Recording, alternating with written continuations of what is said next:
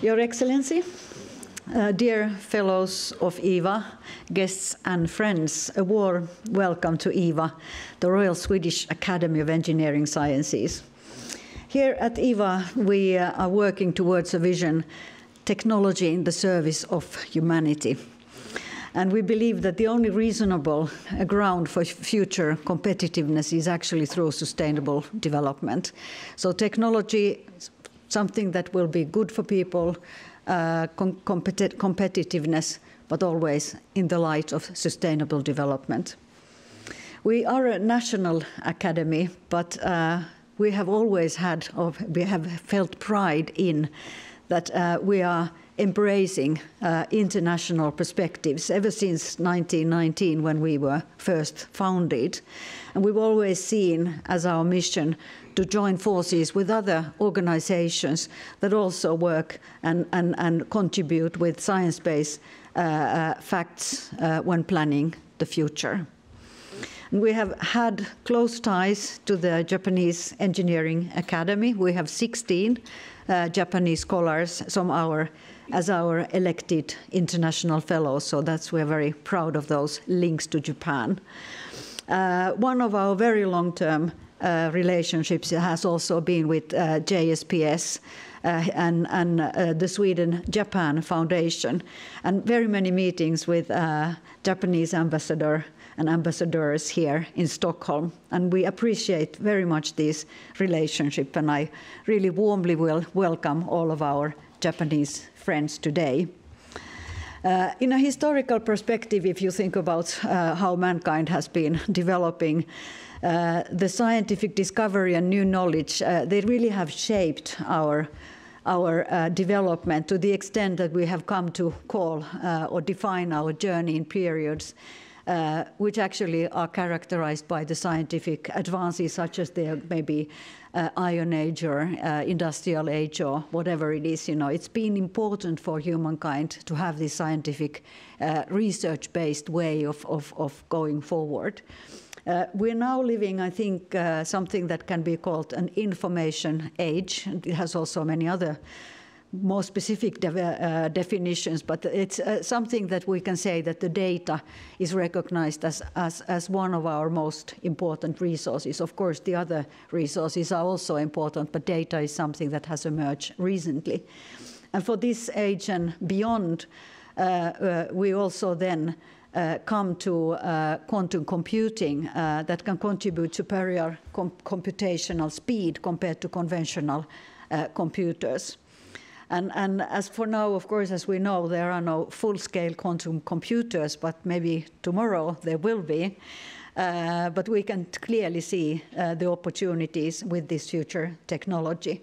And this is also what we are going to be discussing today with two excellent experts, Professor Akira Furusawa and Professor Per Delsin here in Sweden.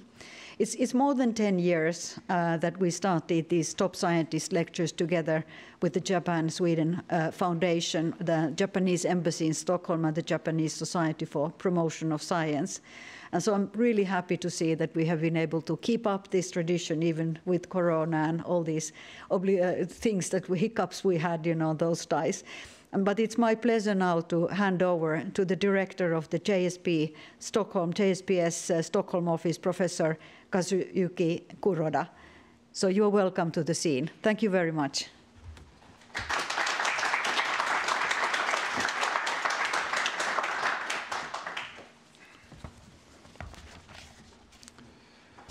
His Excellency Ambassador Noke, IVA President Professor Tuula Teeri, distinguished guests, and dear participants.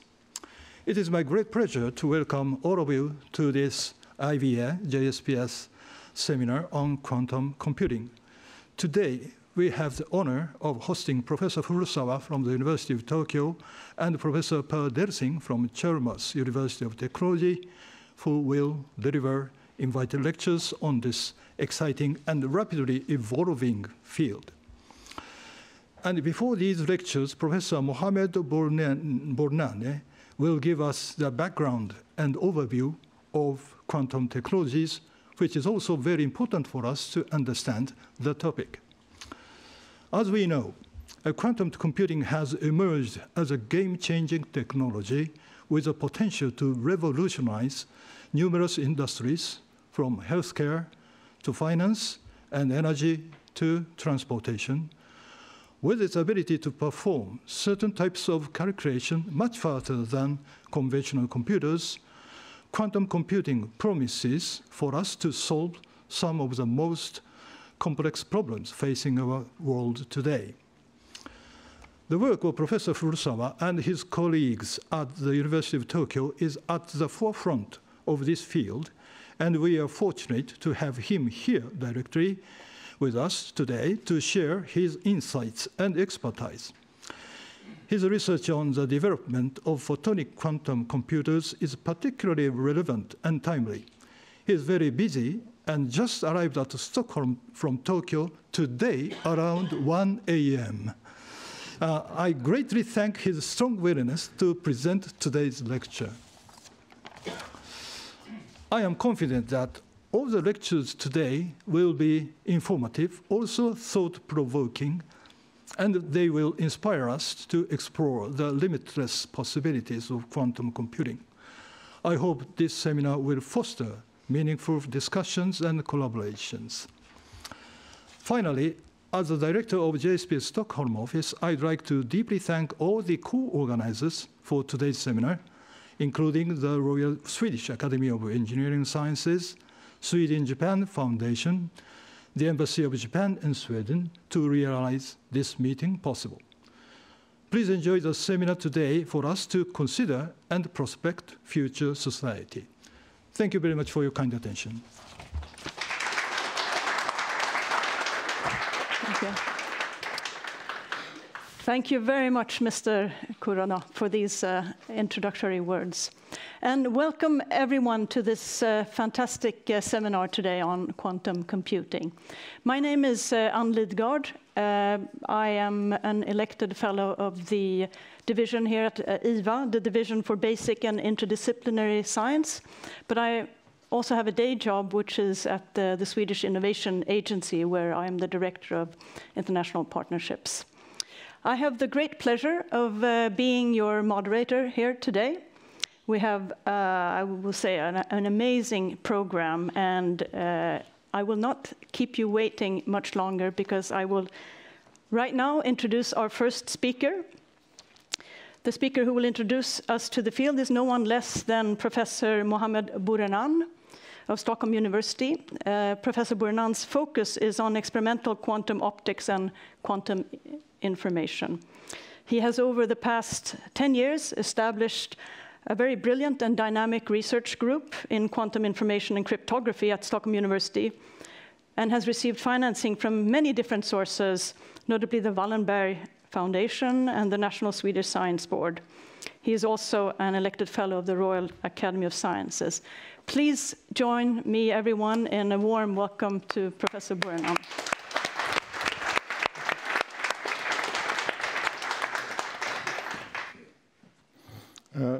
First, I'd like to thank the EVA and also the JSPC for the kind invitation. I'm so happy, and this is my first time here. And my task is to give you an introduction to the quantum information, and it's written about now and the future. But I will start for the past also. Okay. Then I'm here. I'm at Stockholm University. We are just not far from here in the city. And as I say, I'm leading the group in quantum information and quantum optics.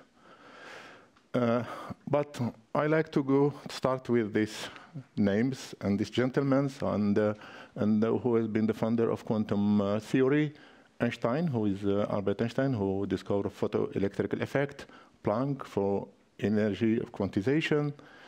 Niels Bohr for atomic model, and the two great theoreticians, Heisenberg and Schrödinger, who introduced the uncertainty relations and Schrödinger equations. That's the father of the quantum foundation.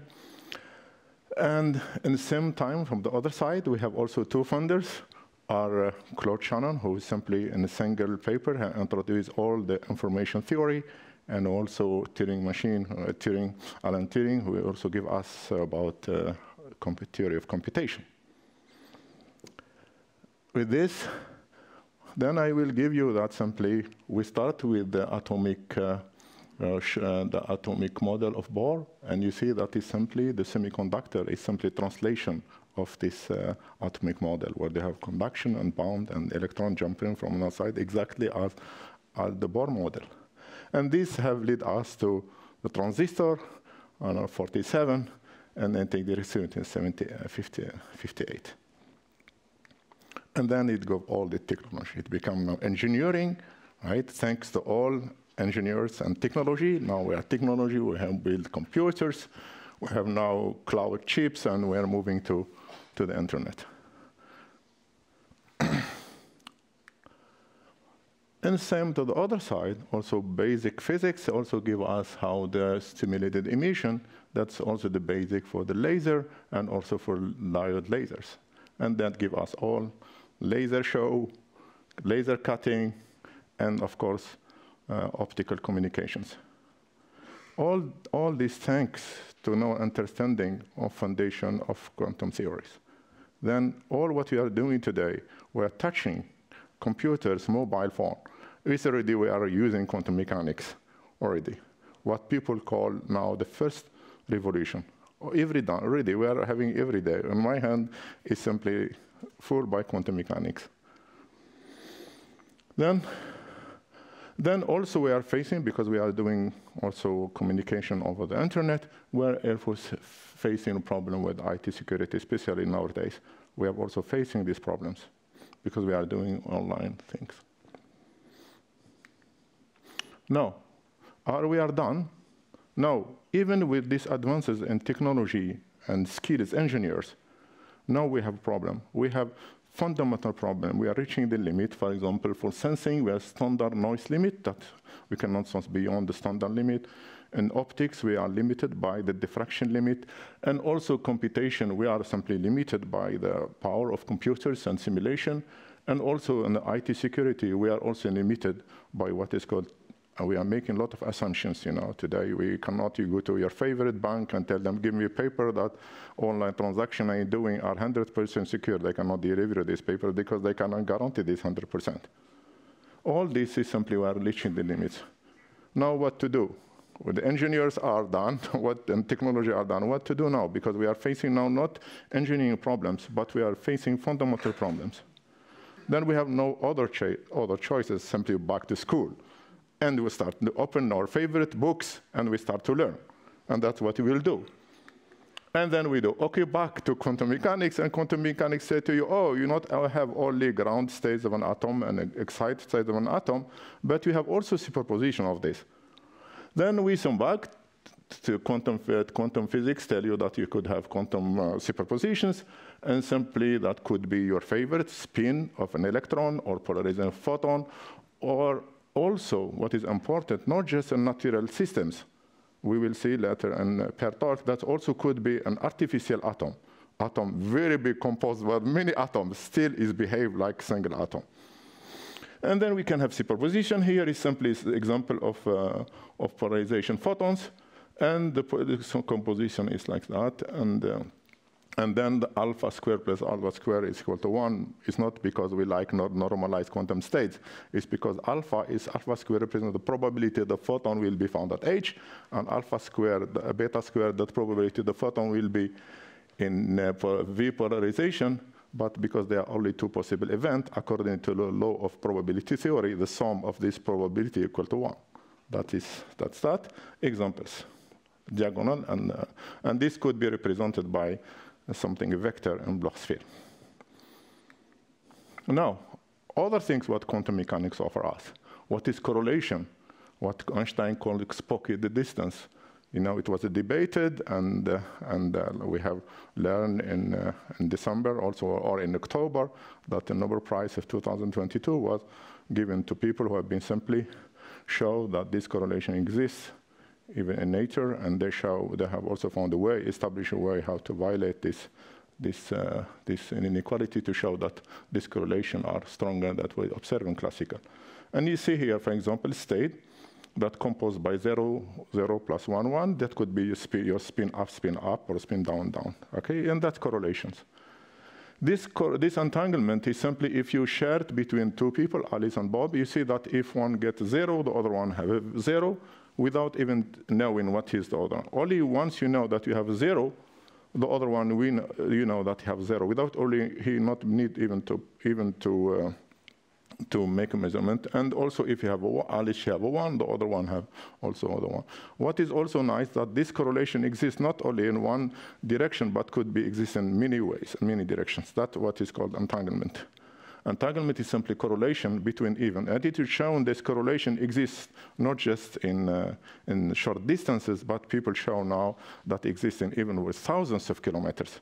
And still what you do, an action that you do on one side will affect the result, what you get from the other side. That's something that could be useful for information processing, right? That's what we'll see.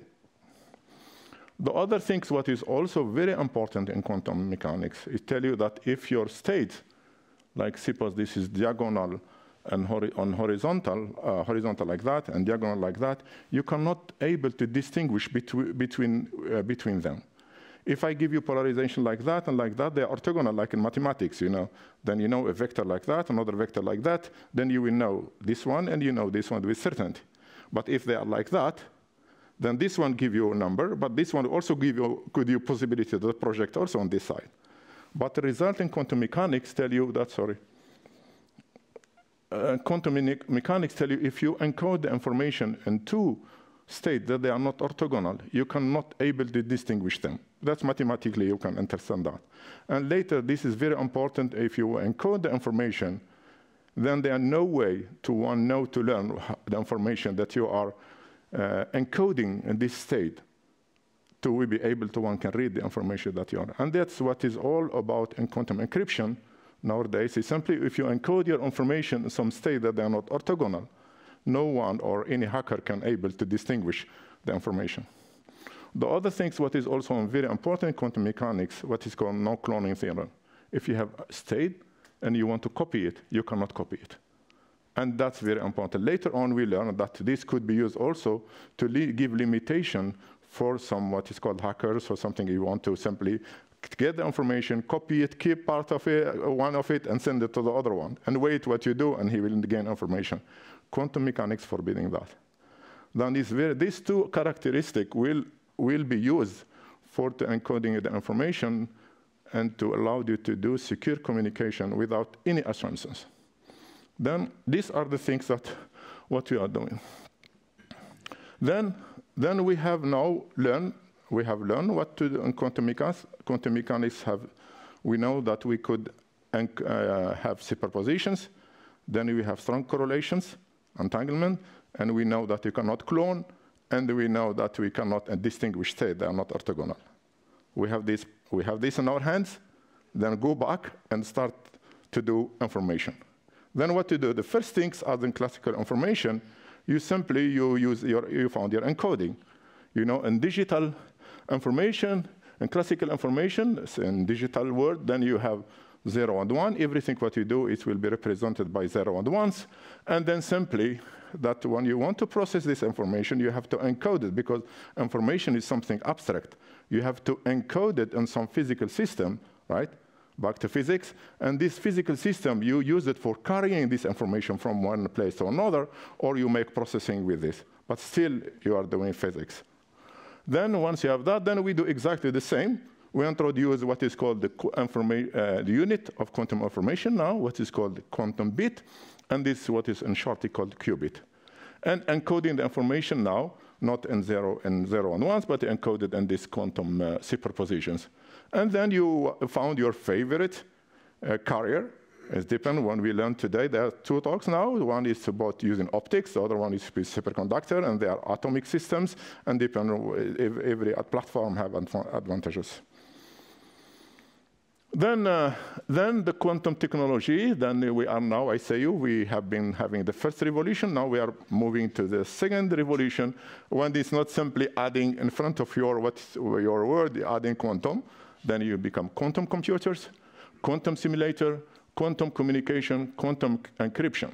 Then you are done, and you have to show that you have advantages. You see, not just in adding a quantum in front of a word and say, oh, I have that. You know, you have to also to show that you have these quantum advantages, right? That's very important.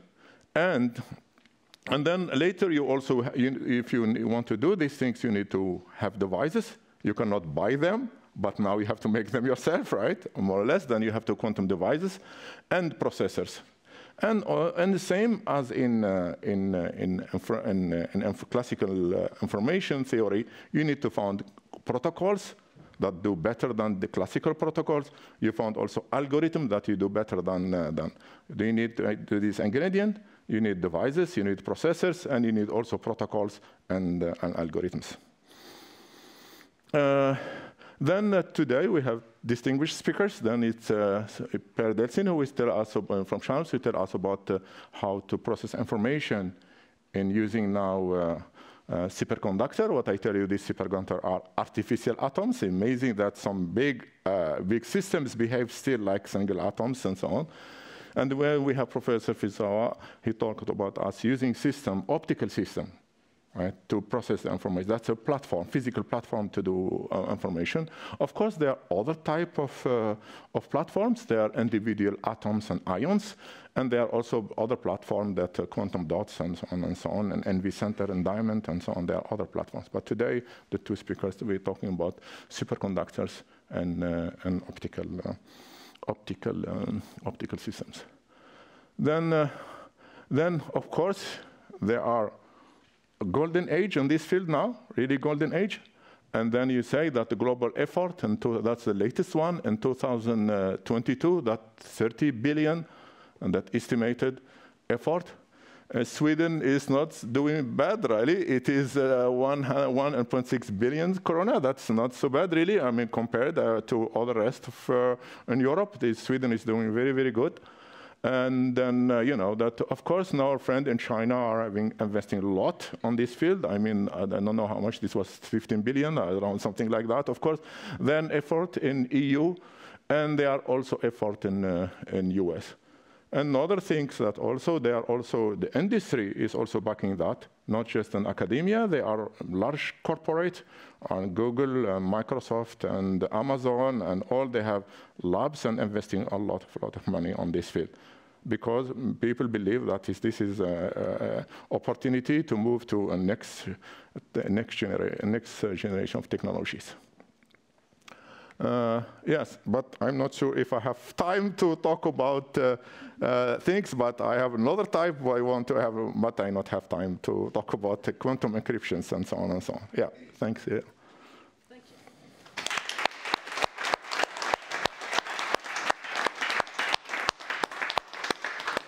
We do, thank you very much for setting the stage. We do have time if someone in the audience wants to put a question now directly, otherwise we will have a panel discussions afterwards as well.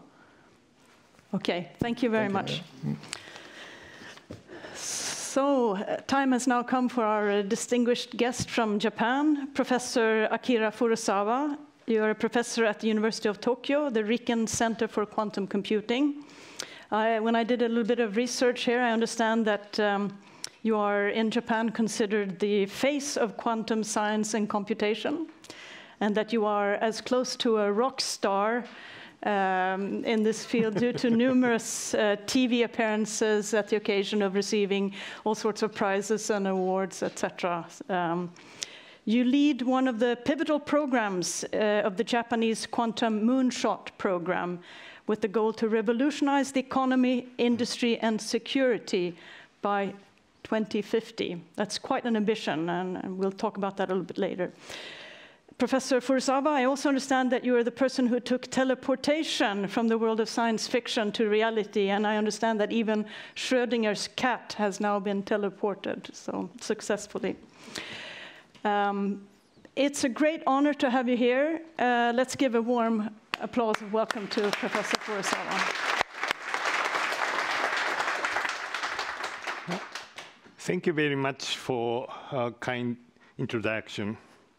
The title of my talk is Optical Computers with quantum teleportation, that is my favorite. I have two affiliations. One is University of Tokyo, and another one is RIKEN. That is kind of Japanese-style Max Planck.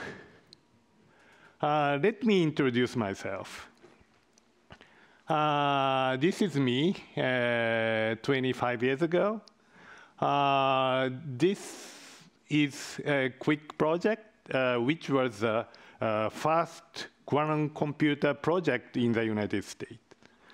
For some reason, I was a member, original member, and John Preskill, and Daniel Gottesman, and many famous guys these days. And my boss was Jeff Kimball.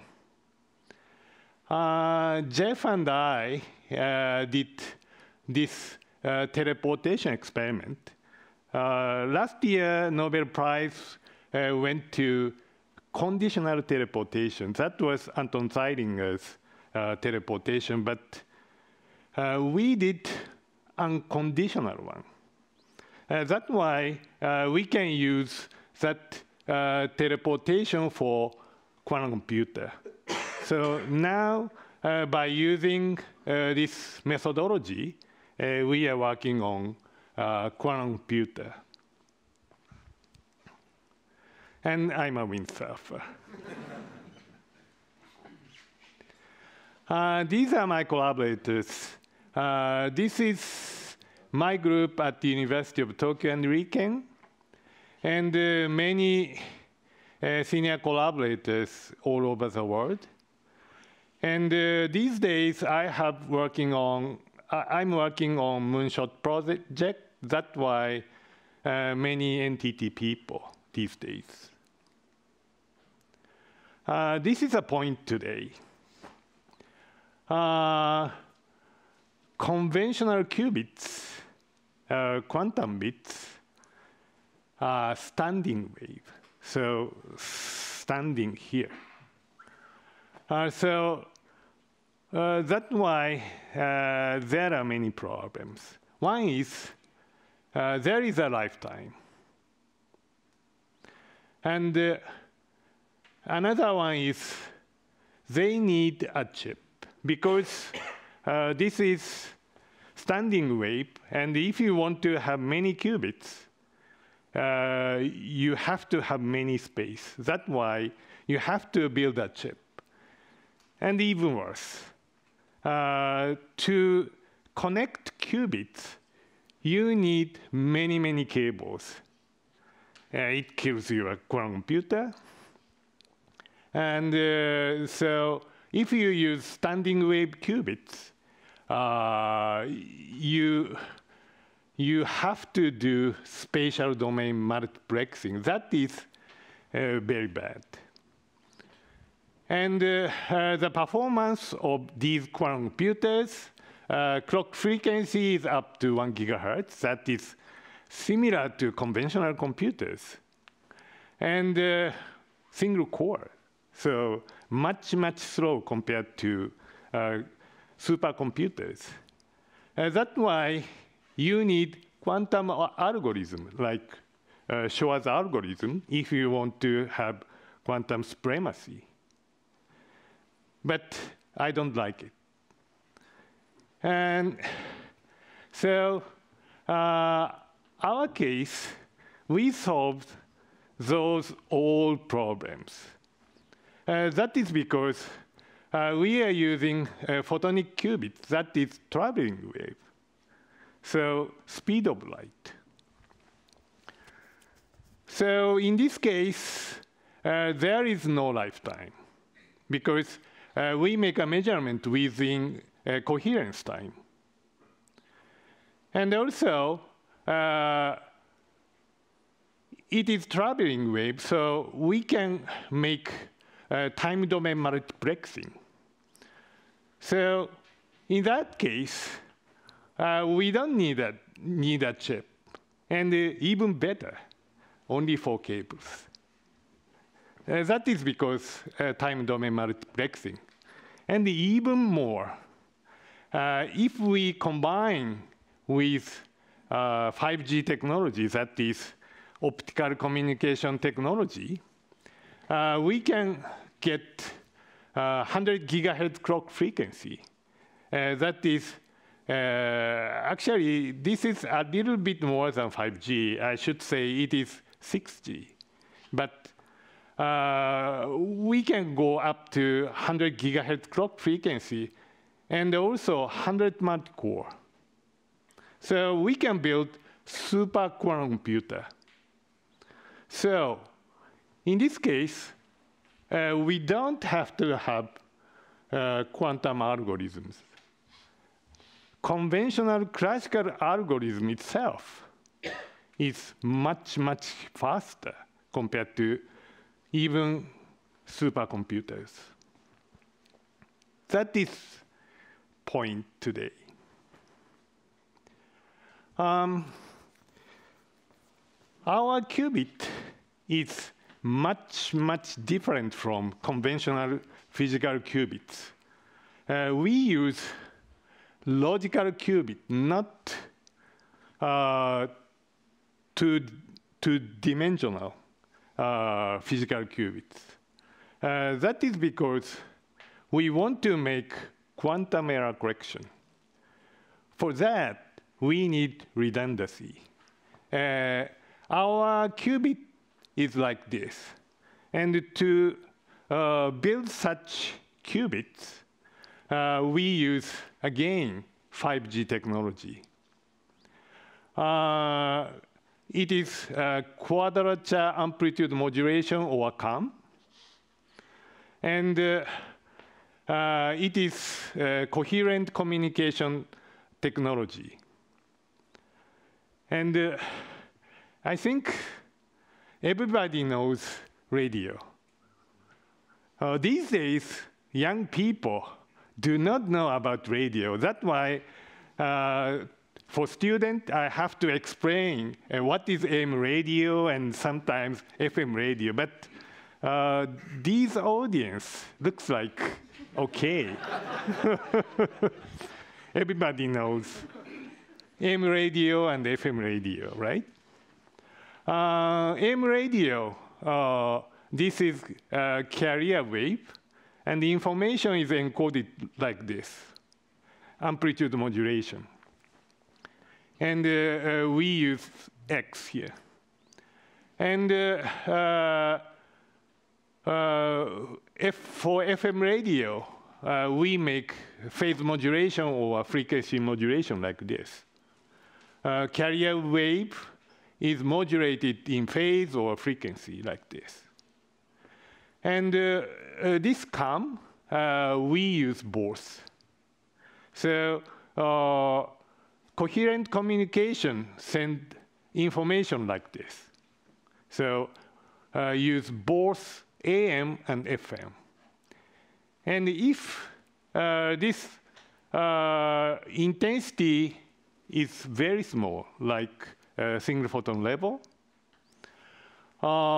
this is complex amplitude. I mean, this is AM signal, and this is AM signal and FM signal, and I correspond to 90-degree phase delay. And actually, this becomes quantum mechanics. This complex amplitude becomes annihilation operator. So it is physics terminology, though. And in this case, AM signal and FM signal has this type of commutation relationship. It is called uncertainty principle. And in this case, we can make superposition of these points. That is our qubit, called GKP qubit. And GKP qubit was invented by my colleague. G means Gottesman, and Kitaev is Alexei Kitaev. Alexei joined this project in 1998, maybe. And P is Preskel. Gottesman, Kitaev, Preskel. so my colleague. I'm working on this qubit and do quantum computation. And for quantum computing with GKP qubit, we again use 5G technology. For example, this is logical 0, and this is logical 1. And this transformation called bit flip. And this bit flip is, can be realized by using amplitude modulation by square root pi. Just shift by square root pi, switch to here. And again, amplitude modulation by square root pi can switch from here to here, so bit flip. And again, by using 90-degree phase rotation, we can come to here. Plus means a superposition of 0 and 1, and 0 plus 1, and this one is 0 minus 1. And we can come from here to here just by using 90-degree phase rotation from here to here and here to here. And it is called Hadamard, two-dimensional Fourier transformation. And also, for bit flip between plus and minus, it can be realized by using frequency modulation by square root pi, just shift this way. And we can flip this one to this one and this one to this one. So all 5G technologies. And up to here, it is complete. And this is 90-degree rotation in a Bloch sphere, but it is too difficult. But anyway, this operation can be realized again by using 5G technology, 45-degree rotation, and AM and FM, and parametric amplification. And up to here, we can realize universality. And we use teleportation here, but it is rather complicated, so I should skip here. And this is my goal. So by using only 4 quantum resources, and only 5 beam splitters, and only 2 delay lines, we can realize large-scale quantum computer. We can handle up to 10 to, say, 10 qubits only by using this setup. And also, it is universal and fault tolerant. And up to here, just a quantum computer. Optical computer is more than that. At the moment, these are homodyne receivers, but this homodyne receiver can be replaced by using optical parametric amplifiers. And in that case, we can build all optical quantum computer with 10 terahertz clock frequency. That is because carrier frequency of optical beam is more than 100 terahertz. So this is my goal. And 40 years ago, or even 30 years ago, everybody believed that optical computer was the next generation computer. But unfortunately, it was not right. The reason was that optical computer was analog computers. So we could not do quantum error correction. Sorry, error correction. But by using quantum mechanics, this analog computer can be quantum error corrected.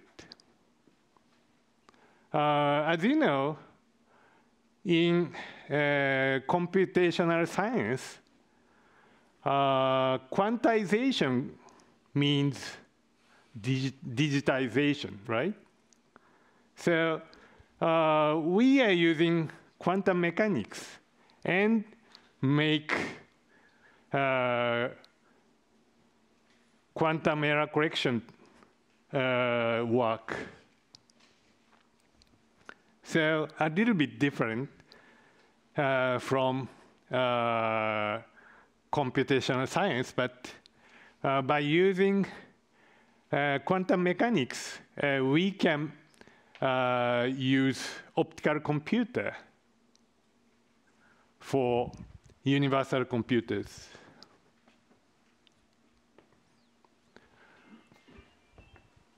I think everybody knows this quantum circuit model. Our quantum computer is totally different from this quantum circuit model. We use quantum lookup table. So even in supercomputers, there are two types. One is, of course, gate type.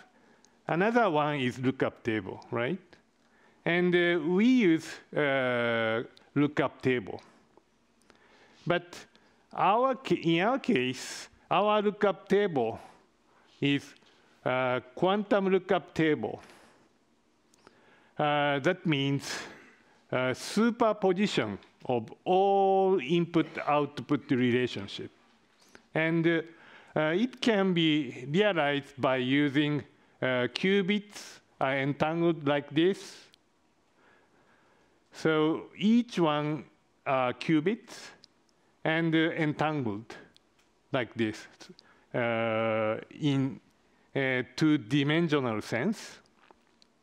And this corresponds to all superposition of all input-output relationship. And of course, we have to select one of them. And to select one of them, we make measurement. Of course, our measurement result should be random. So to eliminate the randomness, we make feed forward. That is, make measurement here, and depending on the measurement result, we make some operation here, and cancel out the randomness. And this one is pretty much the same as quantum teleportation. So that's why this methodology corresponds to sequential quantum teleportation. And to change the operation, we change measurement basis. In our case, change the local oscillator phases of homodyne receivers. And this methodology is extremely powerful for flying qubits. That is because if we use quantum circuit model, it is a nightmare. In the case of stationary qubit, I mean standing wave qubits like superconducting qubit and ion trap qubit. In that case, there is no real quantum circuits. Quantum circuit is virtual. That is just score. So I mean, so control pulse is here and here and here. That is. Quantum computer is just quantum qubit, only qubit, no quantum circuit. But in the case of flying qubit, it is very similar to conventional computers. We need real quantum circuit. And that's why it was really a nightmare. Because large-scale quantum computing needs large-scale optical setup. Even worse, there is no flexibility. I mean, if you want to change the calculation, you have to change the setup. So totally nightmare. No scalability at all. But we solved all problems. So first of all, we invented the way how to make large-scale cluster state. And we can make entanglement like this by using this setup. And we make measurement here and feed forward here. So it is pretty much a teleportation from here to here, and here to here, and here to here, forever. And changing measurement basis, we change the operation. So we don't have to have large-scale setup. This case is just one input and one output, but we can make it bigger, large scale. And in the case of traveling wave, we make a measurement within laser coherence time, like this. That's why no decoherence. We can do it forever, no limit at all. So I should say the age of standing wave qubit is over. This is a methodology. We make squeeze light and make bipartite entanglement, and one wave packet delayed, and recombine by this beam splitter, and we can weave, in this case, 1D cluster state. That is entangled state. And we make measurement and feed forward, make measurement and feed forward, and forever. And in this setup, we have two of them. One setup is determine this direction, and another one determine this direction. So we have beam splitter here. That's why we can build this 2D cluster state or 2D lookup table, and make measurement and feed forward, and we can make large-scale quantum computing. And this is a setup.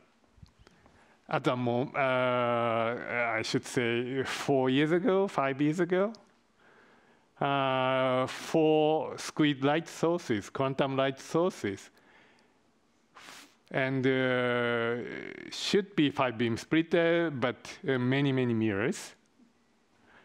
And 2 delay line, one is 5 delay, and another one is free space. But anyway, very, very complicated. But we succeeded in checking entanglement like this. And we declare the success of creation of 2D cluster state, I mean lookup table. And we make calculation by using this lookup table. So first we did these ones.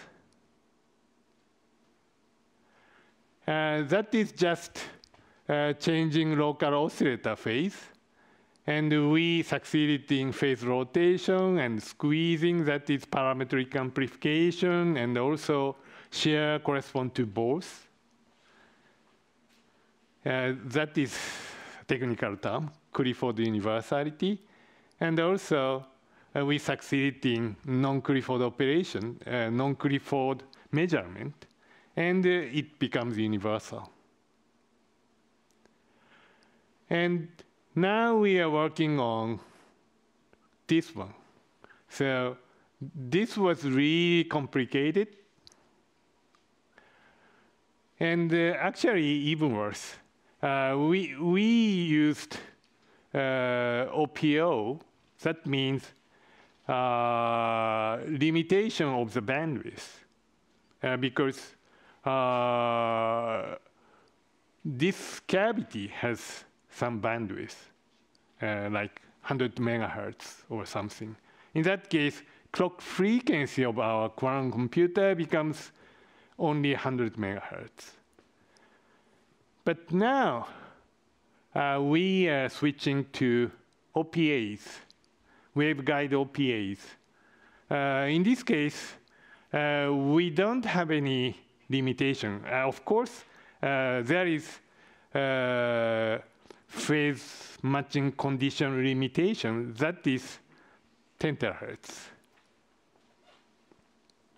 So with NTT people, we developed waveguide squeezer. And this paper claimed that 6 dB of squeezing with 2.5 terahertz bandwidth.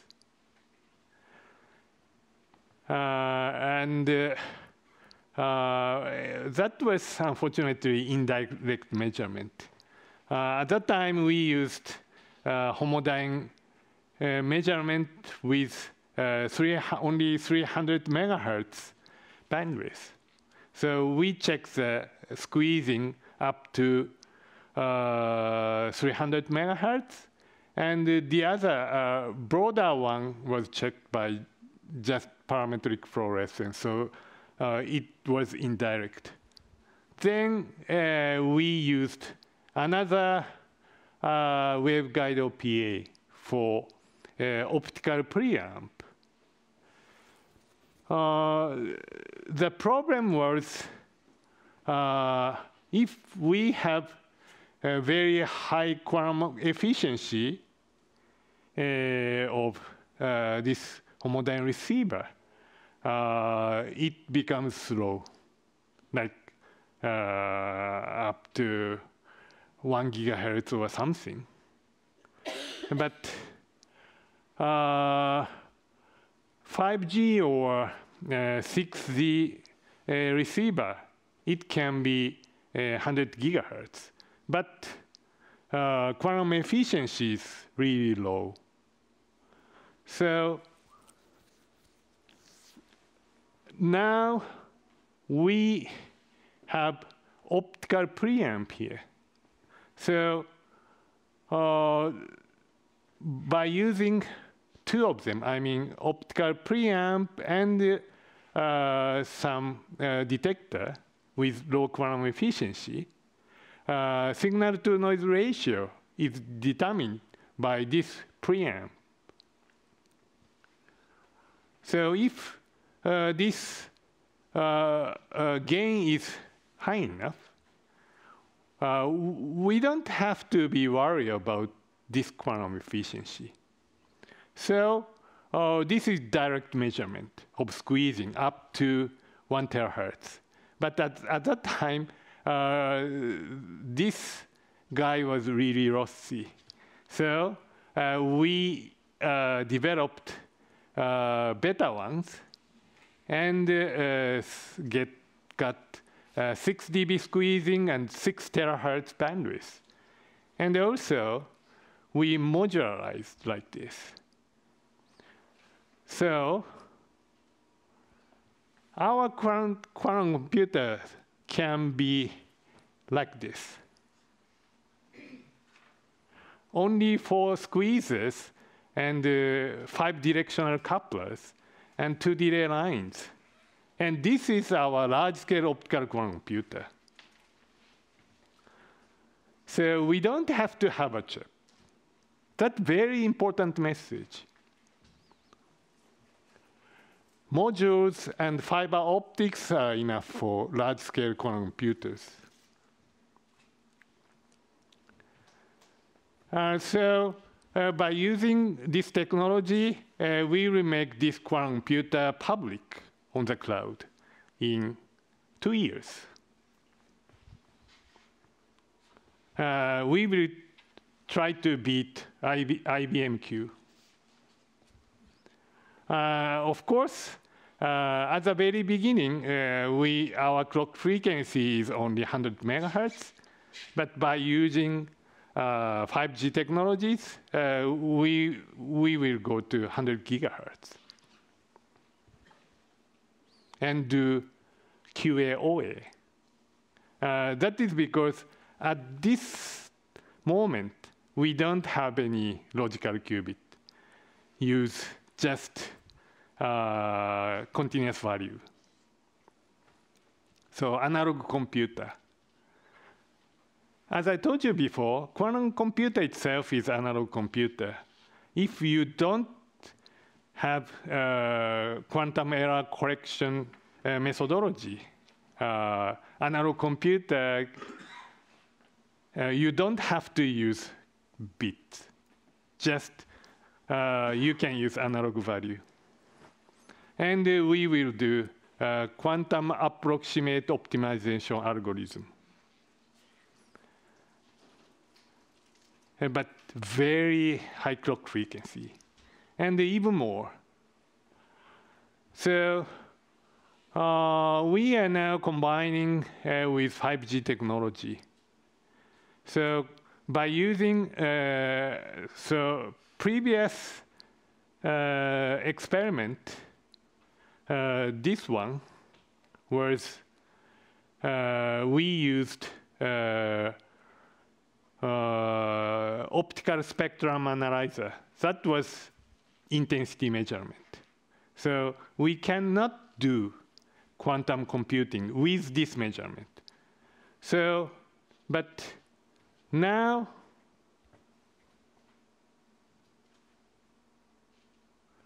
we use homodynamic measurement, amplitude measurement. We can use this one for quantum computation. So now we can make 43 gigahertz bandwidth and 5 dB squeezing. And at the moment, we have 100 gigahertz here. That is determined by phase matching condition. But we only use here. So why don't we do wave division multiplexing? That is, again, 5G technology, combine WDM. And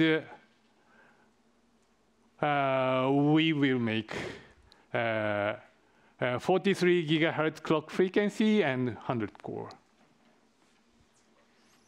That would be 5 years.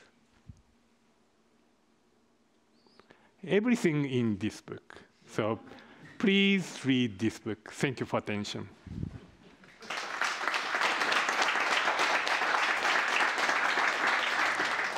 Thank you very much. Thank you very much. It reminded me when I was a PhD student at KTH, I actually developed a student lab for coherent communication, but I realized that you've taken this to another level now. Extremely interesting. And I'm just wondering, we have time for some questions if somebody in the audience wants to ask a follow-up question now. I guess it was all perfectly clear. So thank you very much. Sure. And I'll welcome you back up in a while. I think we need to go from a different computer. It's fine. OK, great. So our next speaker, now we've heard from the rock star of Japan. We have the pleasure today to have not just one very prominent researcher in Sweden, but also another one. Our next speaker, he's a full professor at Chalmers University and the director of the Wallenberg Center for Quantum Technology, also known as VACT to most of us. He is as close to the Swedish version of Professor Furusawa as one can be. He's a fellow of the Royal Swedish Academy of Sciences and also of the Royal Academy of Engineering Sciences here at IVA, and also the same division, Division 7. He's a distinguished professor appointed by the Swedish Research Council, fellow of the American Physical Society, and also a Wallenberg scholar. Please join me in a warm welcome of Professor Per Delsing. So now we've seen one side of quantum computing, and I understand now we'll see another version of the same story. Yes, very much so. Please. So thank you very much. So I will now tell you a different way of making quantum computing. So we heard about photonic systems. I will talk about superconducting systems. So this is the outline of my talk. I will start with okay, that's this. Oh, I'm not used to this. Okay. First, I will say a few words about the center where I'm the director, which is the Wallenberg Center for Quantum Technology. I will tell you how we work to build a quantum computer with superconducting qubits. I will say what's important, how do you actually run the quantum computer, and where are we today?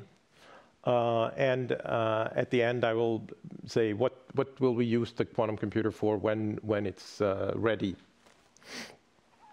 So on this picture here, you see at the top, you see actually a cooling machine that cools down our quantum computer to 10 millikelvin.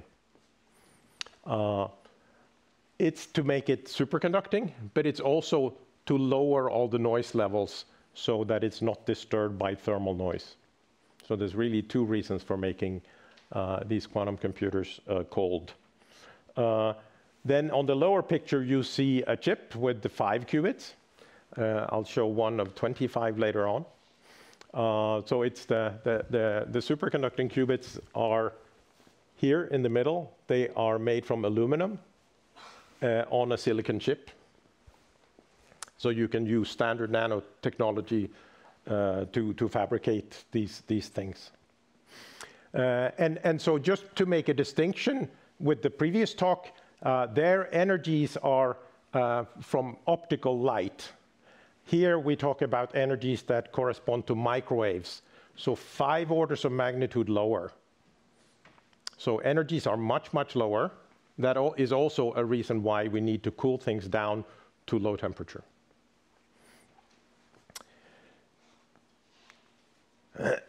So first, a few words about the Wallenberg Center for Quantum Technology. So we have 2 main goals. One is to build a Swedish quantum computer from superconducting circuits.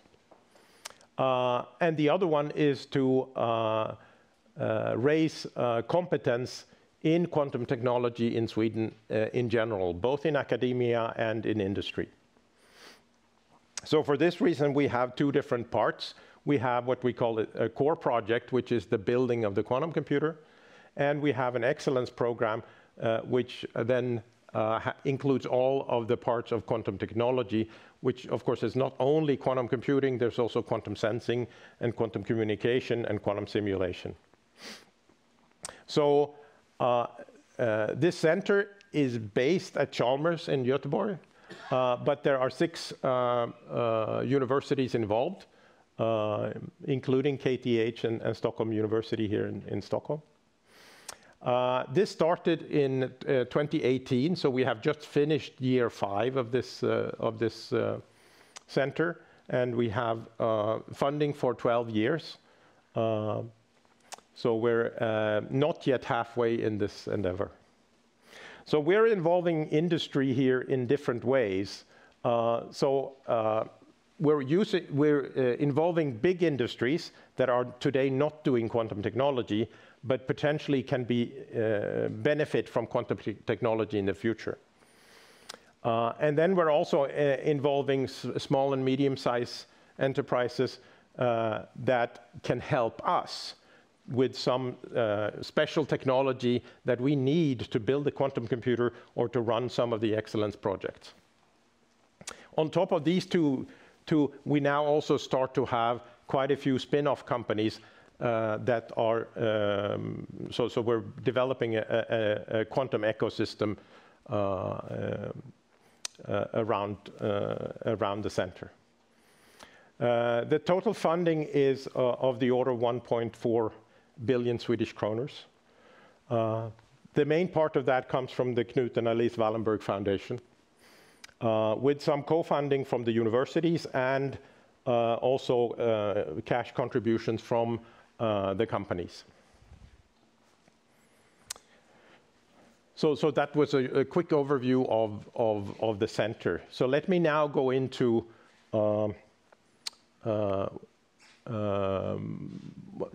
how are we using superconducting circuits to build a quantum computer.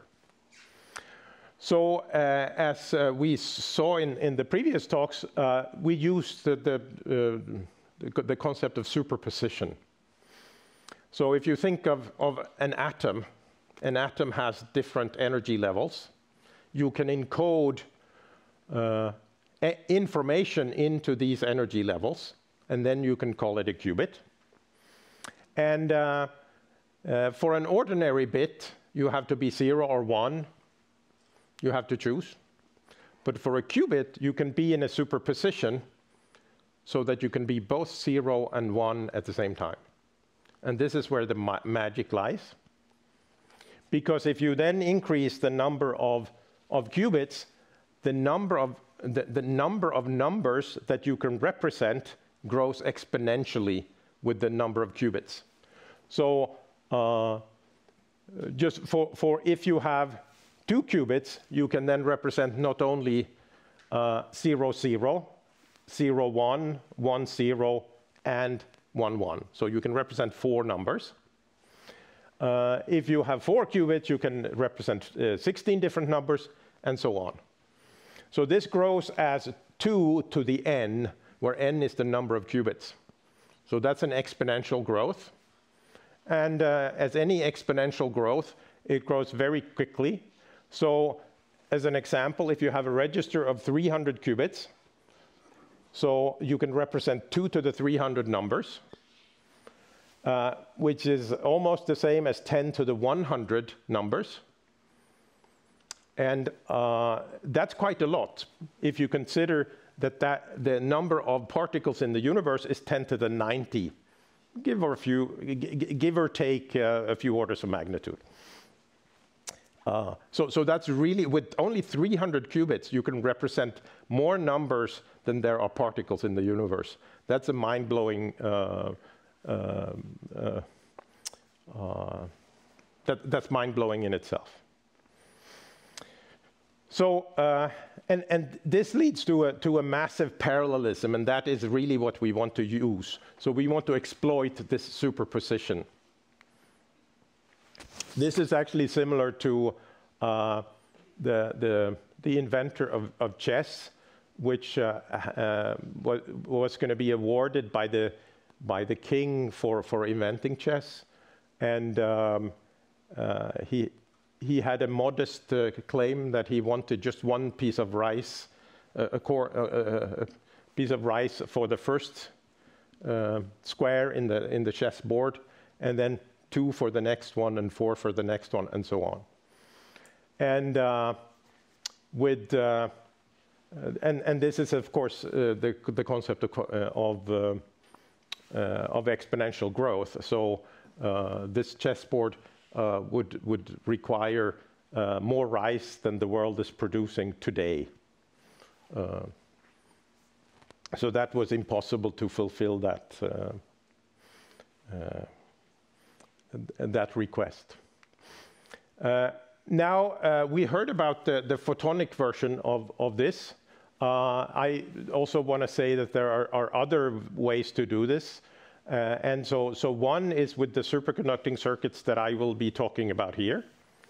This is also the platform that the big companies like Google and IBM are working on. But there is also ion traps, so that you can trap ions in traps. And of course, these platforms have advantages and disadvantages.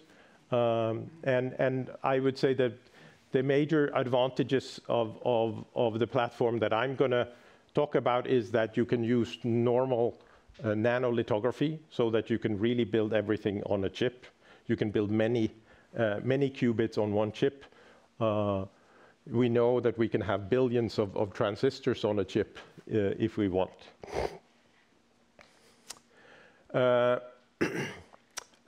One important demonstration which happened in 2019 was that Google showed with a 53-qubit quantum computer, a superconducting quantum computer, that you can do something on the quantum computer that you cannot do on a classical supercomputer.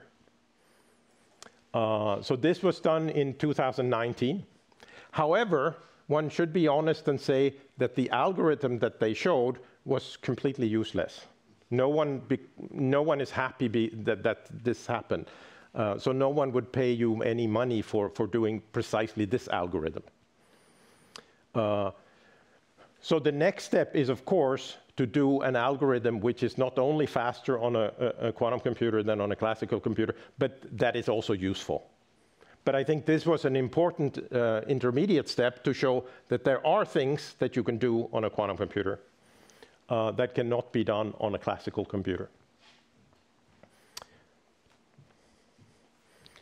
Now, so then let me go into the hardware and talk about what are the superconducting qubits like. So the qubit is, of course, then the basic building block of the quantum computer. So this is what it looks like. Here you see the lighter gray is aluminum. The darker gray is silicon. So this is aluminum on silicon. And this cross here is essentially a capacitance. And up here you see there is something very small here. It's actually much smaller. So, and that's a Josephson junction, which is a superconducting component that acts like an inductance.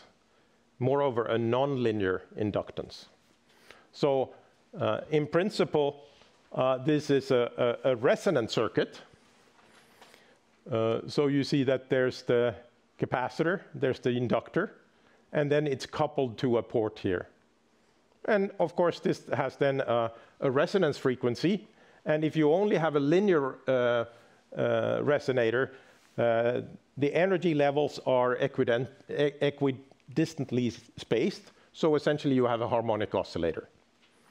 But now, because we have a Josephson junction, so I replace it here, it becomes a nonlinear oscillator, or an anharmonic oscillator. And then the energy levels are differently spaced. And then we can encode information in this system. So this indeed is an artificial atom.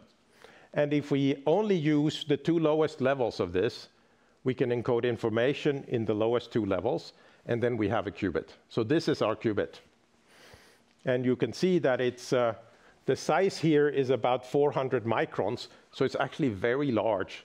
And as pointed out by Professor Bourennane, it contains then billions and billions of atoms. So even though it contains so many atoms, it actually behaves like a single artificial atom. That's amazing in itself.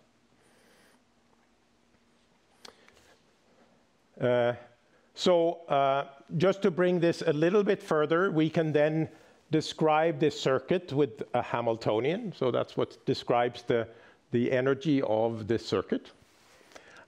It has control knobs, so we can change the different parameters here in our Hamiltonian. And specifically, you see here also that here I have done 2 Josephson junctions in parallel. That means that I can thread a flux, a magnetic flux in this loop. And that flux allows me to change the frequency of the anharmonic resonator. So it allows me to change the frequency of the qubit. This gives me flexibility in the architecture.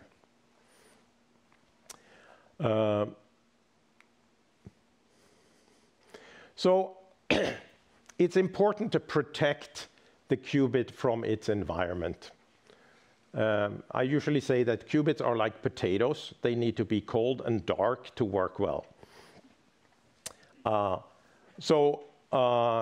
Any noise can destroy the fragile superposition that you need to keep alive.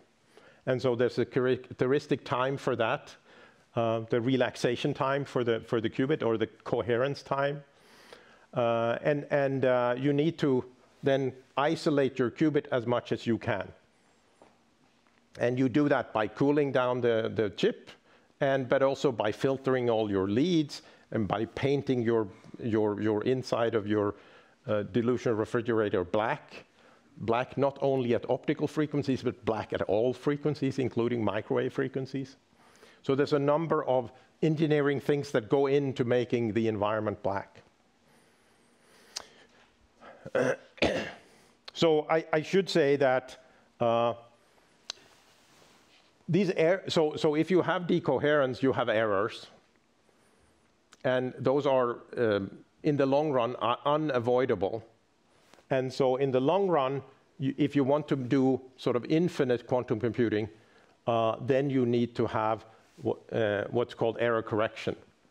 That essentially amounts to encoding one logical qubit into many physical qubits. And that's difficult.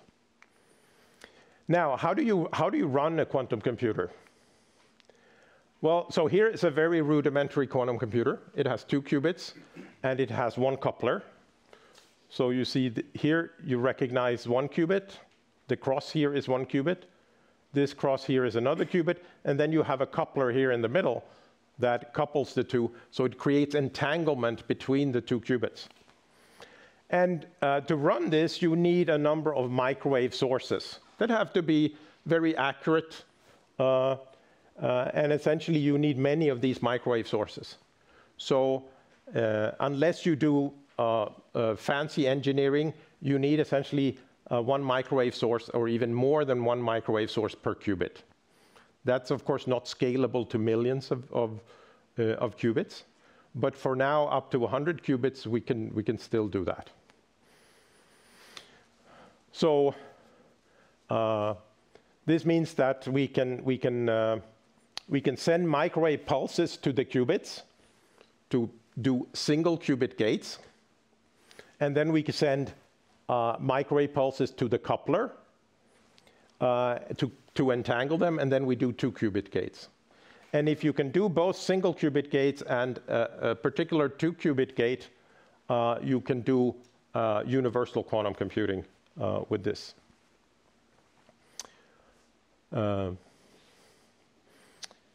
I already mentioned that you need more than 1 microwave source per qubit, so that's of course not only not only expensive, but it's actually prohibitive in the long run, unless you do some clever engineering. Okay, so let's think about the qubit here. So this is my qubit, which has 2 energy levels. We want to talk to it. We want to be able to send microwave pulses to it, so we have to open a channel to send microwave pulses. We also need to have a measurement of the qubit, so we also need to open a channel to the measurement. We need to couple it to another qubit, so we need to have a coupler. And whenever we have these, we open these channels, then we also open for noise to come in from these external systems into the qubit, and that can then decohere our system, and we lose our quantum information. I would say, but then of course there's also a channel which is from the materials in our chip. You know, material is never perfect, so we can have defects in our materials that affect the qubit. I would say that these channels here, we now know how to engineer in a nice way so that does not limit the decoherence of our qubits. It's actually the materials that is the limiting factor. From the first qubit, superconducting qubit that was made 20 years ago, that had a decoherence time of 2 nanoseconds. We've improved that by 5 orders of magnitude. They're now up to hundreds of microseconds, and in some cases even 1 millisecond. So that may sound very, very short, but in fact you can do a lot of operations in that millisecond. So how do you then actually solve a problem with a quantum computer of this kind? Well, you start with the problem, and so you have to describe that mathematically in some way. Then you need to convert this mathematical description into a circuit model, where each of these lines correspond to a qubit, and this is sort of the time axis where you do different operations. Now, each of these operations correspond to a microwave pulse, so then in the end you need to send microwave pulses to the different qubits here and to the different couplers, and that's sort of the lowest step here. So you need to do all these things, but that can be done. So how do you judge the performance of a quantum computer? Of course, in the end, it's what problems it can solve. But there's a few factors that come in on how powerful a quantum computer is. And one of those is, of course, the number of qubits. How many qubits can you integrate on one chip, or how many qubits can you involve in one system? And so that's an obvious number, but there are also other numbers which are important. And so one of the important things is the lifetime of the qubit. So how long does it live? And it's not the best qubit, it's the worst qubit which counts. Then, of course, it's also important how fast does your gate run. And it's really the ratio of these two numbers that is important. So how many operations can you do on your system before the qubit starts to die? And a third number here, which is important, is the connectivity. How many qubits if you have one qubit, how many other qubits can it couple to? So that's what we call the connectivity. So you need to specify that to tell how good is your quantum computer. So for instance, in the Google experiment that I showed, the connectivity here was 4. Each qubit could only couple to the nearest neighbors, but you can still couple further by going via other qubits. So that doesn't limit you, but it takes more time to do it that way. No, so next I will tell you where are we in VACT building our quantum computer. So here's a team. This is a pre-corona picture where we had gathered 50 people who are working on building the quantum computer.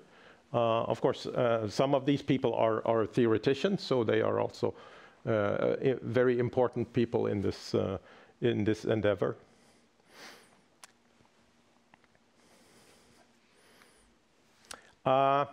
Just to give a few numbers, this is to brag a little bit. Our qubits are fairly good. Decoherence times of 100 microseconds. You can then also tell how often, when you do a single qubit gate, how often do you get it right? So we get it right 999 times out of 1,000. This is how often we get the 2-qubit gates right. That's close to 99%. And also there's something called residual population. That is how often is, when you start, how often is your qubit not in the ground state? That's about 0.3%. So all of these numbers are close to state of the art. So at Chalmers, we're actually not only building one quantum computer, we're actually building several quantum computers simultaneously. And we have defined something called scaling hurdles. So whenever you come to a certain number of qubits, you start having a problem that you need to overcome. So if you come to, say, 5 qubits, you need to have an automatic routine for tuning up your qubits automatically. So that you can, if you do it by hand, then you have to start over when you come to the last one. So you really have to do this quickly so that you have time to do something useful. Once you come to 20 qubits or so, you cannot get all the lines into the center. If you have an array of qubits, you need to get cables into the center of the chip. And so you need to do this through the third dimension in some way. So that's another problem that you need to solve. When you come to maybe 40 qubits, you need to have dedicated microwave electronics. You cannot simply buy one more Rode-Schwarz or Keysight microwave generator. It simply becomes too expensive. You need to have a modular system with many channels. And when you come to maybe 200 qubits or so, actually you have so many cables going down in your dilution refrigerator that starts to heat up your system simply from the thermal heat coming through your cables. So there's a number of scaling hurdles. This is showing sort of where are we now in terms of planning, buying equipment, designing first samples, characterization and calibration, and then running algorithms. So you see for a 2-qubit processor, we have already done algorithms. I'll show you one in a minute. We're almost there with the 5 and 7. We're now working hard on the 20-qubit or 25-qubit platform, and we are planning for the 40. So you see we're at different stages of different quantum computers. This is an example of our 2-qubit quantum computer. This has actually solved a useful problem, but not faster than a classical computer. So this is sort of the opposite of what Google did. But you want to do both at the same time, of course. This is a problem that was inspired by one of our industry partners, namely Jeppesen, who's doing flight logistics. If you have many airplanes and many crews and many destinations, it becomes an intractable problem to calculate what it costs to do it in a certain way. You can do it for one possibility, but there's so many possibilities, so you cannot calculate. There we can really talk about more possibilities than the number of particles in the universe. And it's simply impossible to calculate them all and see which one was the best. So optimizing this is something that a quantum computer can be good at.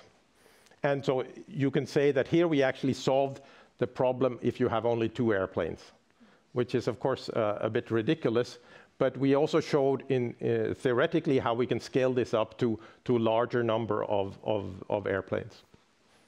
So this is an industry-inspired problem that was solved on our quantum computer. Now, recently, we have also done, with 3 qubits, we have been able to do a 3-qubit gate. So I told you that if you know how to do single qubit gates, and if you know how to do 2-qubit gates, you can do something universal. If you can do 3-qubit gates, so you entangle 3 qubits at the same time, then of course you can go even faster. So that is something, and it's not clear from the research perspective how much faster can you go and how much can you benefit from this, but it's clear that it's an advantage. And this is something that we've done both theoretically now and experimentally now on our 5-qubit platform. Here is our 3D integration. So now we're working on a 25-qubit processor. And what you see here is that here you see the qubit chip. So this is the chip with the superconducting circuits, the upper one. And then below that is a carrier chip where we have the control components. We have readout and we have control lines. That means that you can process the upper chip to keep the coherence of the qubits as good as possible. And then the lower chip, you can do more processing and more advanced things without making the top chip dirty. And what's nice here is that we have been able to do this in collaboration with the ETH Zurich and VTT in Finland. And we can show that the numbers does not deteriorate for our best qubits when we do it in this flip chip technology. So now we're working on this 25-qubit chip. And so you see here you recognize the crosses. This is 1 qubit. This line here is a coupler. And so it's a 5 by 5 matrix, so it's 25 qubits. This is the qubit chip. This is the control chip. So here you see we have all sorts of lines to control the different qubits, but also to control the different couplers and to read out the qubits. So this is, of course, much more complicated. But we can separate then the sensitive part from the complex part. And so this is what it looks like when it's mounted. So what you see here is the top, you see the backside of the qubit chip. And then you see how it's connected to the circuit board. And underneath that is the control chip. And everything of that is mounted in the sample holder. And it's controlled by this electronics. And so this is not an operational 25-qubit chip yet. It's cold, and we're testing it, and we're trimming it up. So hopefully it will be up and running soon. But this is the level where we are at the moment. So on top of building the hardware, you also have to build the software. So here is the hardware. So this is the QPU, quantum processing unit. On top of that, you have the microwave equipment that sends microwave pulses. And then you have the firmware that has to control this equipment. And then that has to talk via the cloud to some user. And so we're building this up simultaneously at Chalmers. And this allows us then to have many users connecting to many different quantum computers. And we can also stick a simulator in here to check and simulate instead. And we can then give different access to different users depending on if it's our theory group using it or if it's a company that's trying to access the quantum computer. Okay, we have already in a Nordic project, we have already been able to connect our VACT quantum computer to the Lumi supercomputer in Finland. So we were able to control the Swedish quantum computer from the supercomputer in Finland. That, of course, takes a lot of software to make it work on both sides and to make it synchronized. So this we have already demonstrated, and recently we did a similar demonstration also from Oslo. So this is what we're working on. So now at the end, what can the quantum computer do? So there's a number of things that we know that it can do. So it can break codes. This is the so-called Shor's algorithm. It can simulate quantum systems, for instance, molecules and materials. So that can be very useful for, say, quantum chemistry. If you can simulate pharmaceuticals, if you can simulate catalysts, etc., you can of course make improvements there. And you can also solve optimization problems. There are many optimization problems in the industry, and we want to gather problems and try to boil them down to quantum algorithms. And we will in fact open a test bed for this in less than 2 years from now, where people can come with their problem and they can run on our 25-qubit platform and test quantum algorithms. Now, here you see ... That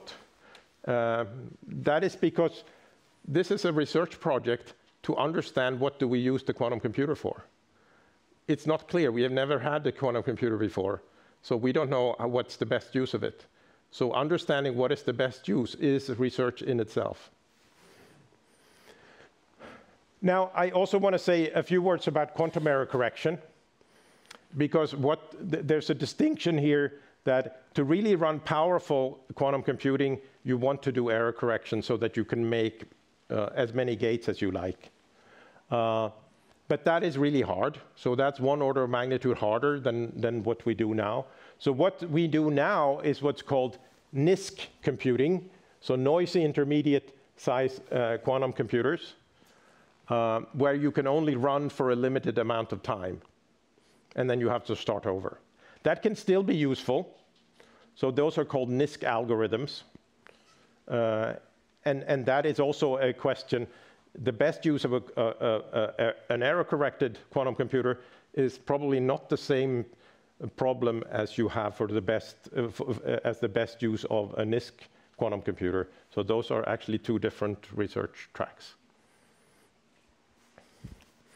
Just a few examples.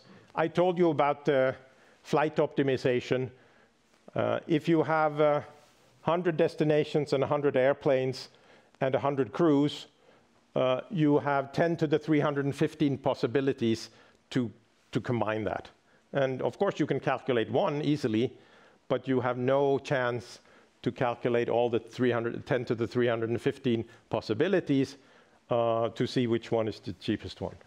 This is one place where we think a quantum computer can help. Doing simulations of molecules, we can do that. Today, we're working with very small molecules to find the energy minimum for different molecules. But in the long run, if there are problems in the future that could be really beneficial. So today, production of ammonia uses a lot of energy. In fact, several % of the world's energy consumption goes to producing ammonia. And that is done with the Haber-Bosch process, which uses a lot of high pressure and high temperature. So it's very energy ineffective. At the same time, we know that bacteria can do this using an enzyme.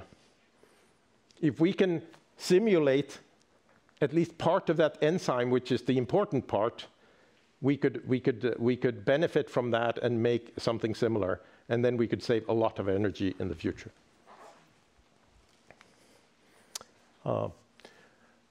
There's also ideas of how to use quantum computing for machine learning. And there's also something called quantum finance, where you can use, this is a bit outside of my comfort zone, but there's something called the Black-Scholes equation, which is for analyzing financial derivatives. That equation is very similar to the Schrödinger equation, which is what describes all quantum systems. Okay. I end there by thanking you for your attention. Thank you.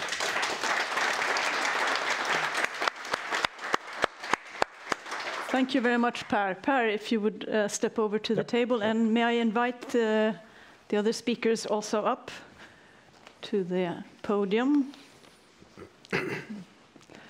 And please help yourself to some water if you need to lubricate.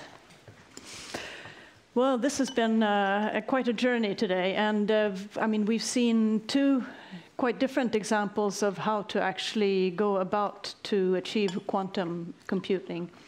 I think many, together with myself, are wondering, are there some differences in the type of applications that we see where one model for computing would be superior than the other? Could you perhaps elaborate a little bit around that? Who wants to take it? Go ahead. Yeah. So, not application, but situation is totally different. For example, superconducting qubit and ion traps, that type of quantum computer, everything should be developed by yourselves. But in our case, we can import a lot of things from communication technologies, 5G and 6Gs. And as you know, a lot of money invested to 5G, 6Gs. That means a lot of people exist there. So the population of optical quantum computer is huge compared to the other platforms, I think. But potentially, you don't really see a difference in the type of applications. What do you say, Per?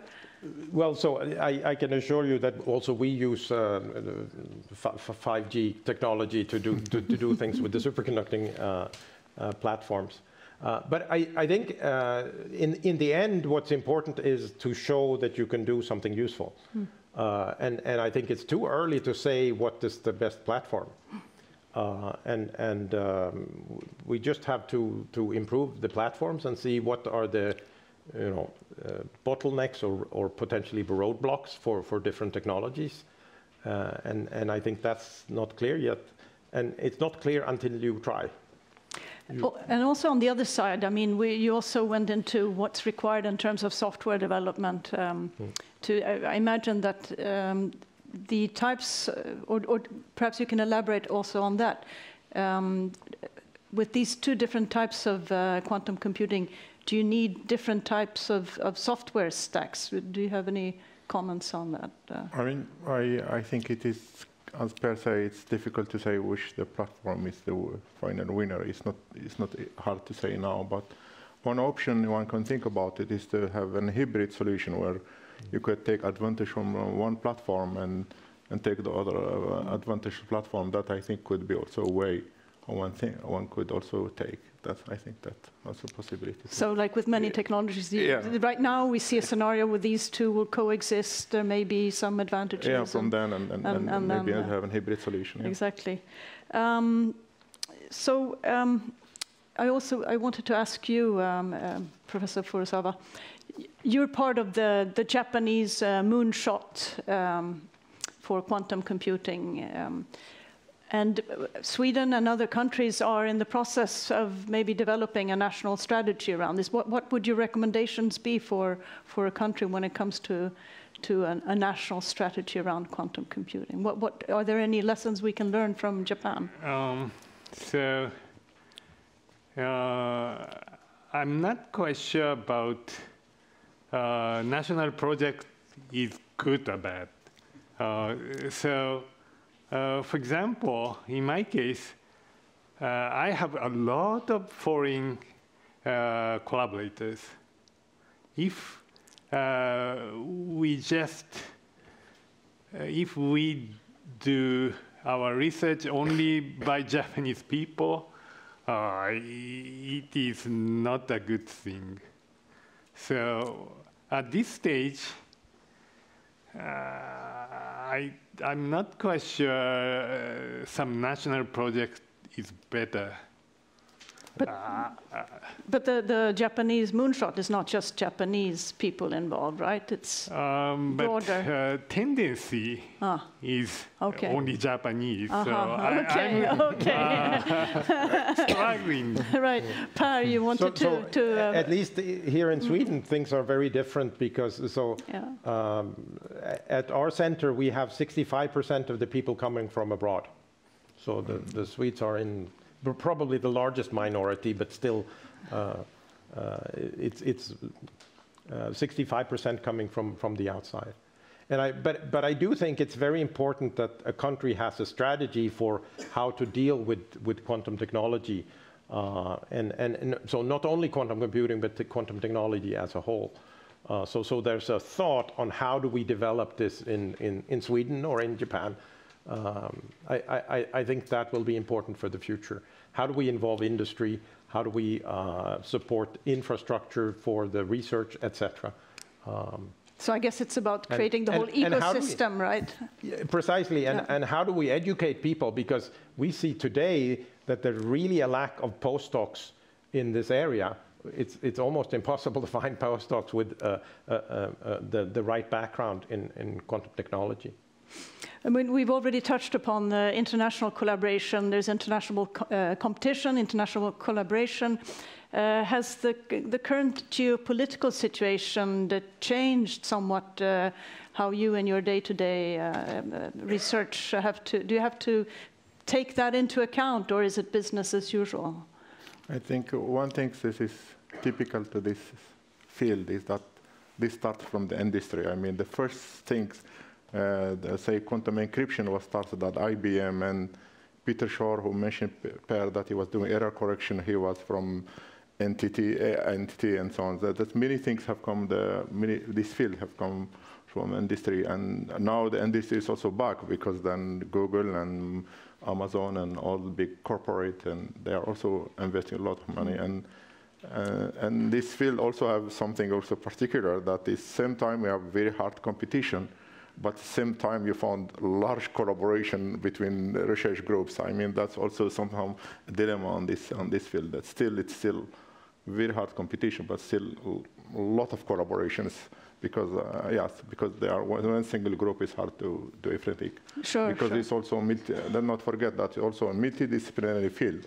I mean, they come from fabrication, from software engineering, from that's quite large.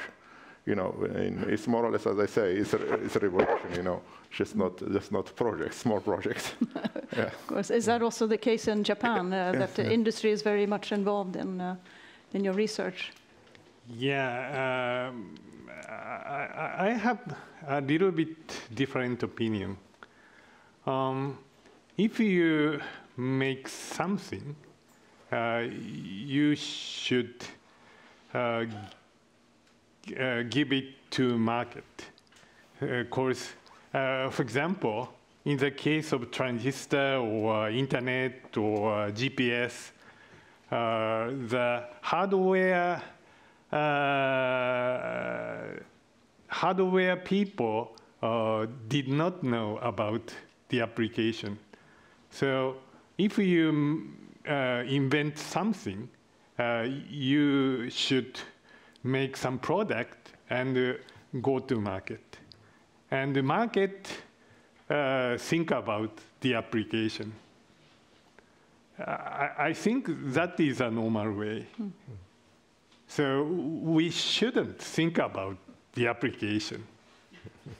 Per? Well, this is an interesting discussion about whether, I mean, obviously there's a technology push at the moment, because technology is is developing something that has not existed before. And the application pull is much weaker today because we never had a quantum computer before, so we don't know what to use it for. But I think it's important, and that is also why we in VACT are trying to lower the barriers for using a quantum computer, so that we want to make a platform which is available to many people so that they can start exploring it and start developing new ideas, and so that we can create this application pool in the end. Did you want to add anything? No. Okay. No. Anyway, but I think the whole area is fascinating and mind-boggling, and I think that's why, even though it's still very much a research area, there's also quite a lot of interest in in society and in industry. I mean, just the idea of what it can do to cryptography has sent a lot of chills down the backbones of security people, right? The possibility of decrypting what we now feel is really safe. When do you? I mean, what is the state of the art there when it comes to crypto? So there's one promise and one threat, right? So the quantum computer can break codes, and so it can get your secrets, whether those secrets is direct money, or if it's trade secrets, or if it's national secrets. The time scale is very important, because we don't know when someone has a quantum computer large enough to break these codes. But if you want things to be safe for more than 20 years, you should seriously think about having different encryption than what we have today, because what we have today can be cracked by quantum computers. I also want to open it up to the audience. Does anybody here want to? Okay, please. There's a microphone, and please introduce yourself also, and so that we know who is.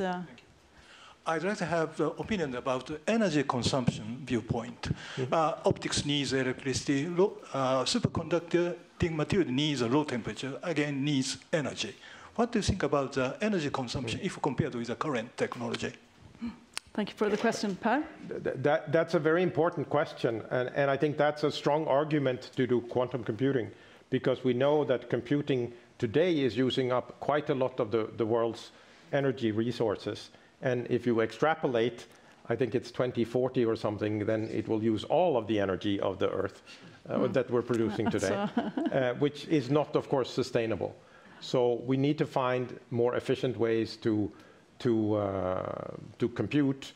Whether that's classical or quantum, we don't know, but at least quantum will have lower power consumption, is my thinking. So if you take the demonstration by Google, the main power there was actually the cooling machine. Right. Not the computing itself. But we discovered a room temperature superconducting material. Then your perspective is very, very positive or not? Unfortunately not, because the superconducting quantum computers needs to be cooled for two reasons. One is to make it superconducting, but the other one is to keep everything at its ground state before you start. So you still need to cool things down, unless you go up in frequency, which could be a possibility if you have higher TC superconductors. Thank you very much. Great. There was a question in the back there. And please also say your name. Yep. Hello, my name is Gustav. I work at the company Micronic that is involved in production of electronics, both at the nano and the micro level. My question is mainly perhaps to you, Per, on the qubit, superconducting qubit. To protect this fragile superposition, do you see the largest challenge in the nano patterning of the qubit or the assembly of the chip? The largest challenge today is the materials. So we think we're starting to understand why the qubits decohere. It's because of two-level systems in the materials.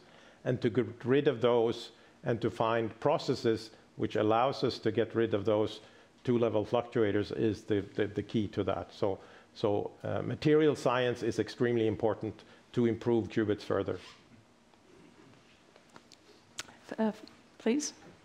Fredrik? Fredrik Lauel, KTH. So you have this quantum computer here in the future, and then you solve this problem that we cannot solve with a regular computer, and then you get an answer. How do you know now that this answer is correct and not correct? Because you were talking about error correction, and do you calculate several times and see if you get the same answer, or you get random answers and you have no clue? This is a very good question, and there's a very good answer. Many of the things that you're looking for are actually very forgiving towards this problem. So for instance, if you want to break a code, it's super easy to find if you've found the right numbers, because you can just check, and that's a very fast process. In the same way, if you're trying to search a database, you usually know what you're looking for. So if you find it, you find it. If you do optimization, you can never check, or you can almost never check if you found the best solution, but you can always check if you found something better than what you had before, and that's good enough. Do you want to comment also, Professor? Yeah, no. No, okay. So I can sleep well and hope for the computer. Excellent. Any other questions? Yes. So my name is David Haviland from KTH, and you presented today two very interesting talks about different paradigms, I would say, in quantum computation, the continuous variable approach and the gate-based approach. And of course, the bane of any quantum technology is decoherence. The quantum system exists in an environment, and this interaction with the environment, or even your input and output ports to program it and read its output state, cause this decoherence. And in the case of the gate-based, we measure this, like as Per mentioned, by what's called the circuit depth, how many operations entangling gates I can do in the time before the coherence of the quantum system is lost. But what I don't see in the continuous variable is what's the analog to circuit depth? How many operations can you perform on your entangled system before the quantum information is lost? Is there such an analogous to circuit depth? So it's kind of hard question, because of course we can do it forever, but squeezing level is finite. That means each step you add some noises. So even with 10 dB of squeezing, the maximum number of depths would be 20 or something without error correction. But that is, but in another sense, we can do it forever.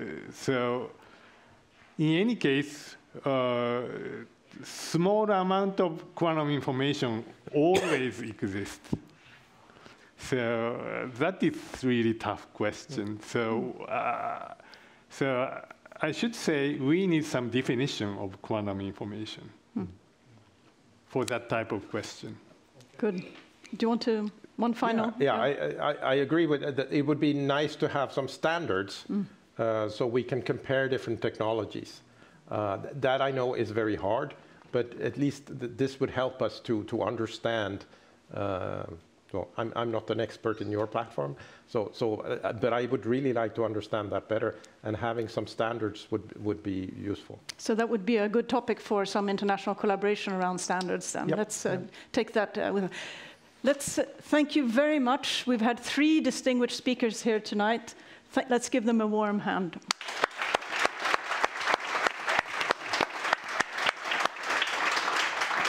Please. Thank you. And now to close this session, I'd like to invite His Excellency, the Ambassador of Japan to Sweden, Mr. Masaki, up to the podium. Welcome.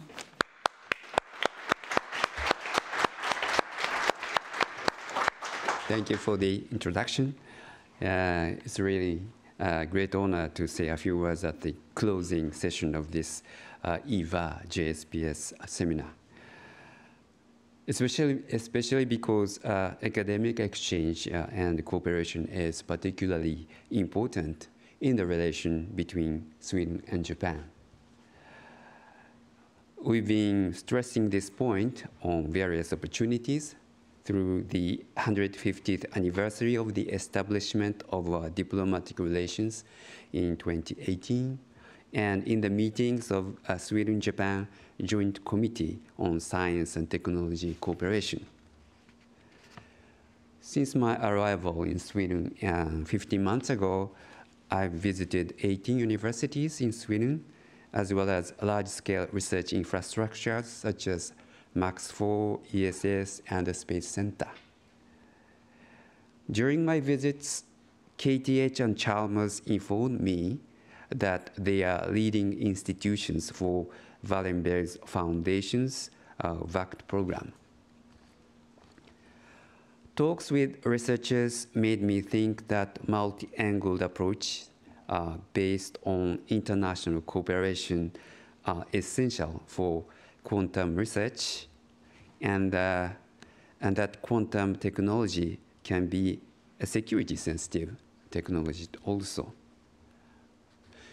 Honestly, quantum technology is a little complex for me to understand, but it makes a lot of sense that diplomats like me pay attention. On February the 15th, Swedish Minister for Foreign Affairs Tobias Billström referred to quantum technology in his foreign policy speech as something that will improve people's lives as well as having geopolitical implications. There were some discussions about the involvement or the meaning of national strategy. But for your reference, the government of Japan also released the strategy for quantum technology innovation in 2020 and appointed 11 organizations as centers of quantum technology innovation where quantum research has been intensively conducted. And also for your information, among these 11 centers, the Okinawa Institute of Science and Technology plays the role of a hub for international cooperation. This Okinawa Institute became very famous in Japan, particularly when Professor Svante Pääbo received the Nobel Prize for physiology or medicine last year, because Professor Pääbo is an active visiting professor at Okinawa Institute. To come back to the quantum technology, it has the possibility to bring about huge innovations with enormous benefits for Sweden, Japan, as well as to the rest of the world. Let me conclude by paying my respect to front runners in this field, Professor Mohamed Bourennane, Professor Furusawa Akira, and Professor Pierre Delsing. And I would like to express my sincere appreciation to the main organizers of this event, Professor Tuula Teeri, President of EVA, Professor Kuroda Kazuyuki, Director of JSPS Stockholmskontor. Thank you for your attention.